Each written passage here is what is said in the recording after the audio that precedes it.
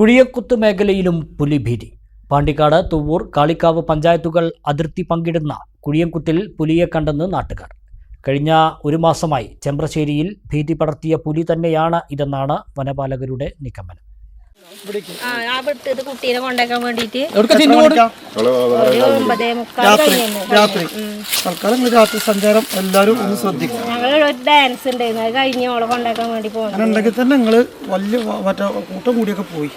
കൂട്ടം എന്ന് പറഞ്ഞാൽ ഞാനും ഓനും പിന്നെ ഇവിടുത്തെ ആ കുട്ടിയും ഓളും കൂടിയാണ് പോകുന്നത്. അപ്പൊ ഈ ഡബ്ബറിനെ കണ്ടത് ഓള് പറഞ്ഞു.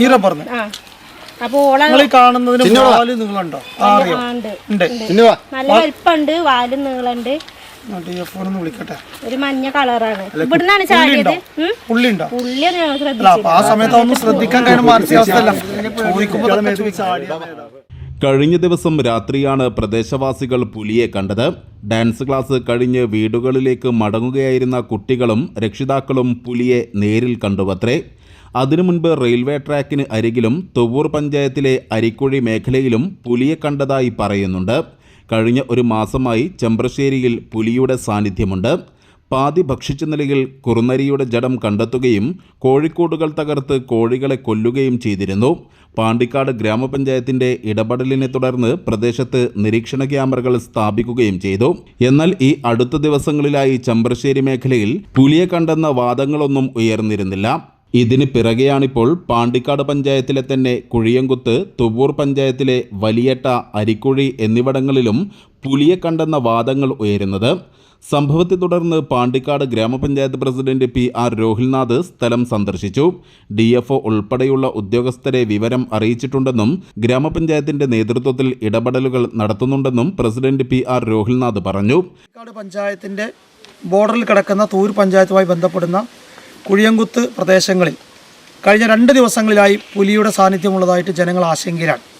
ദൃക്സാക്ഷികളായി ഒട്ടനവധി ആളുകൾ രാത്രി സഞ്ചരിക്കുമ്പോൾ ഉൾപ്പെടെ അവരുടെ മുൻപിലേക്ക് പുലി വന്നു അവർ ഭയാനകമായ അവസ്ഥയിൽ പോയ സാഹചര്യങ്ങൾ ഇവിടെയുണ്ട്. ആ നാട്ടുകാരെ നേരിട്ട് കണ്ട് അവരോട് കാര്യങ്ങൾ അന്വേഷിക്കുന്നതിനും അവരുടെ ആശങ്കകൾ കൂടുതൽ മനസ്സിലാക്കി DFO ഉൾപ്പെടെയുള്ള അവരുമായി ബന്ധപ്പെട്ട നടപടിക്രമങ്ങൾക്ക് വേണ്ടിയാണ് ഇവിടുത്തെ പ്രദേശത്തെ മെമ്പറും ബ്ലോക്ക് മെമ്പറും ഞാനും ഇവിടെ എത്തിച്ചേർന്നുള്ളത്. തീർച്ചയായും ഇത് വളരെ ജാഗ്രതയോടെ നമ്മൾ പോകേണ്ടതുണ്ട്. രാത്രി സമയങ്ങളിലെ യാത്രകൾ നമ്മൾ ശ്രദ്ധിക്കുക. ഇതൊരു ആളുകളെ ആശങ്കപ്പെടുത്തുന്ന ഒരു ഭീകരത സൃഷ്ടിക്കുന്നതിന് വേണ്ടിയിട്ടുള്ളതല്ല. എന്നാൽ ജാഗ്രത നമുക്ക് അനിവാര്യമാണ്. ഇതിനാവശ്യമായ എല്ലാ നടപടിക്രമങ്ങളും DFO തലത്തിൽ നമ്മൾ ഫോറസ്റ്റുമായി ബന്ധപ്പെട്ട നടപടികൾ നടത്തുന്നുണ്ട്. എല്ലാ വിധത്തിലുള്ള നടപടികളിലേക്ക് പോവുകയാണ്. ഗ്രാമപഞ്ചായത്ത് ഈ വിഷയത്തിൽ സമഗ്രമായി ജനങ്ങളുടെ ആശങ്കകൾ ദൂരീകരിക്കുന്നതിന് വേണ്ടി ഇതിൻ്റെ യാഥാർത്ഥ്യങ്ങളെ ഉൾക്കൊണ്ടുകൊണ്ട് തന്നെ നടപടികൾ എടുക്കുന്നതിന് വേണ്ടി മുൻപിൽ ഉണ്ടാകും എന്ന് അറിയിക്കുന്നു.